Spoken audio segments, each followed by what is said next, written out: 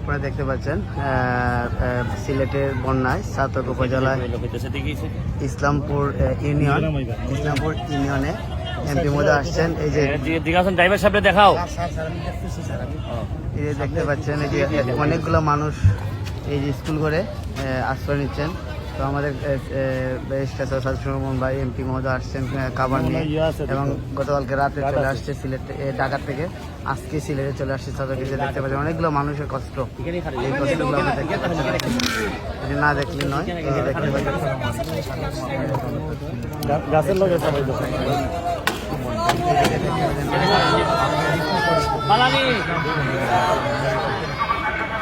নামার দরকার নাই।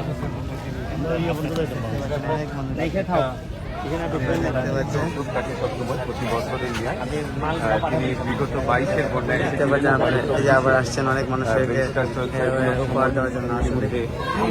মাননীয় সংসদ হবিগঞ্জ মাধবপুরের থেকে তিনি সরাসরি আমরা এই মুহূর্তে কতটা পরিবার আছে? 4টা পরিবার আছে। আর এদিকে আশেপাশে ওই যে উঁচু বিল্ডিং এ আশ্রয় নিতে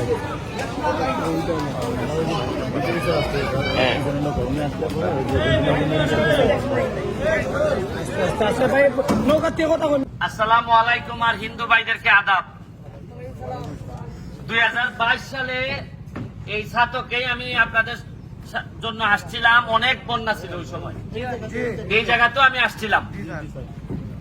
এর মধ্যে 23 সালে আর এবার বন্যা হয় নাই, 24-এ আবার হইতেছে। আল্লাহ জানে যে আরো 2-3 দিন যদি বৃষ্টি হয় চেরাপুঞ্জির দিকে বা ইন্ডিয়ার দিকে, তাহলে এখানে আরো বাইশে যাইবে। আমি 22 সালে যেভাবে আইসলাম, এই সময় শুধু ব্যারিস্টার হিসাবে আইসলাম আপনারা কেন।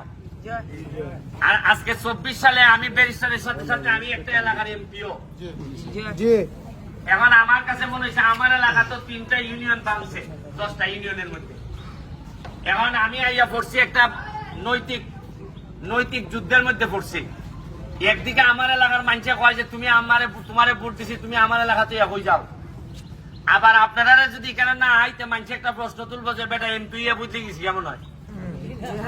এখন আমি কেন আইসি যে সবচেয়ে বড় কথা হইলো যে ত্রাণ লইয়া আসারটা এটা বড় না, বড় হইল গিয়া সারা বাংলাদেশে বিশেষ করে মাননীয় প্রধানমন্ত্রী জননেত্রী শেখ হাসিনারে আমি দেখাইতাম আইছি যে এইভাবে যদি চলতে থাকে বছরের পর বছর সিলেট সুনামগঞ্জে যদি এইভাবে বন্যা হয়, তাহলে সিলেটের বেশিরভাগ সুনামগঞ্জের বেশিরভাগ মানুষ অর্থনৈতিক ভাবে ধ্বংস হয়ে যাবে।